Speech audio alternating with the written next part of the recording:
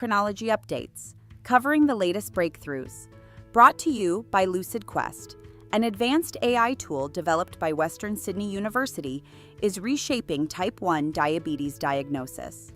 By analyzing microRNA biomarkers, the Dynamic Risk Score, or DRS-4C, accurately predicts both T1D risk and patient response to treatment.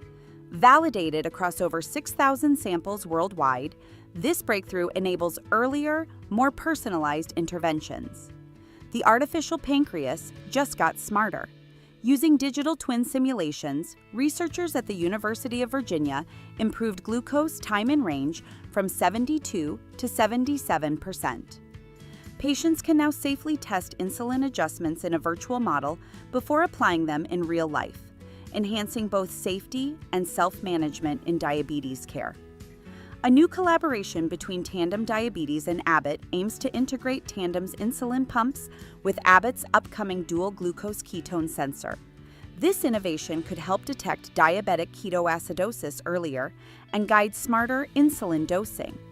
It also marks a major step forward in building a seamless digital ecosystem for diabetes management. But it's not all good news. Titanium dioxide, a common additive in foods like M&Ms and Chips Ahoy, is raising red flags. An animal study links these nanoparticles to disrupted gut hormone production and elevated glucose levels. Despite an EU ban, the compound remains in widespread use across the US, prompting fresh concerns about its metabolic effects. On a more encouraging note, the DASH4D dietary program is showing promise for type 2 diabetes. A modified DASH diet lowered systolic blood pressure by 5 millimeters of mercury, even among patients already on antihypertensive medications. This reduction could cut the risk of stroke and cardiovascular events by up to 14%. Testosterone therapy has been deemed cardiovascularly safe in long-term use. A new study found no rise in adverse heart events and reported improvements in cholesterol levels among testosterone-deficient men. These findings provide greater confidence for patients and providers considering hormone therapy. A closer look at occupational health reveals a hidden trend among IT professionals. A curious study found subclinical hypothyroidism in nearly 12% of tech workers who spend 9 or more hours daily in front of screens. Elevated anti-TPO antibodies suggest a potential link between prolonged digital exposure and autoimmune thyroid dysfunction. In public health, Canada is looking to England's NHS for inspiration.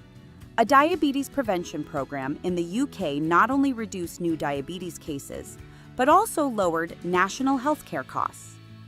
Quebec is piloting a similar initiative, with plans to scale it nationwide as part of a broader disease prevention strategy. Pediatric endocrinology has new findings as well. Children with autoimmune thyroid disease or celiac disease have double the risk of developing type 1 diabetes. These results underscore the importance of early screening for autoimmune comorbidities in high-risk populations, enabling proactive intervention.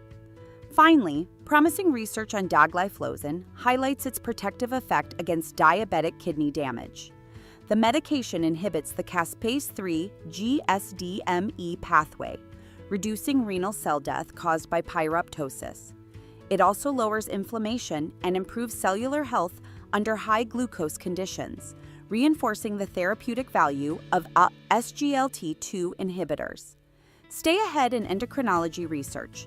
Like, share, and subscribe for weekly updates. Visit lqventures.com or email us at info@lqventures.com for expert healthcare